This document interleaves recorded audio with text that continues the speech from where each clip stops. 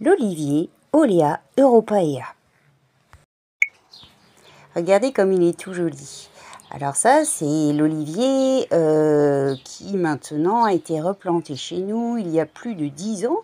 Donc preuve que l'olivier peut vivre dans des régions qui ne sont pas forcément dans son origine.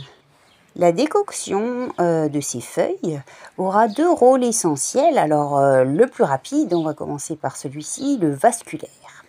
Il protège les vaisseaux, il fluidifie le sang, il est également hypotenseur, donc dès qu'on sent qu'on a de la tachycardie, quelque chose qui ne va pas bien au niveau de ses pulsations cardiaques, on peut en boire des décoctions.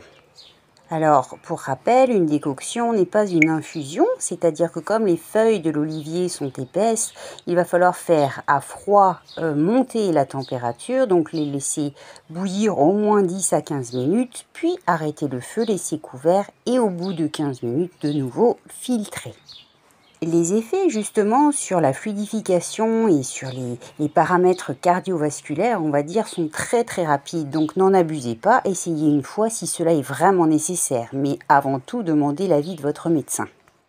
Par ce même effet, on va dire de fluidifiant, il va agir aussi localement au niveau des nécroses dans les extrémités, la gangrène, etc. Parce que vraiment, il va faire refluer le sang. Et puis une petite idée me vient, dans son rôle hypoglycémiante, les feuilles pourraient être, à raison de 1 ou 2, incorporées dans une eau de cuisson, par exemple d'un sucre lent comme les pâtes, le riz, etc.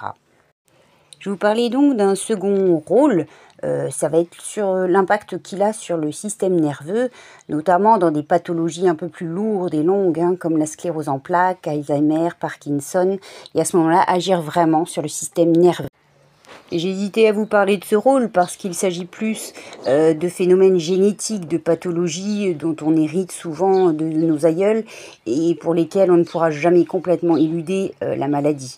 Par contre, il est possible pendant ce genre de pathologie de consommer des oméga 3 issus de poissons des mers sauvages. Ça, c'est tout à fait conseillé.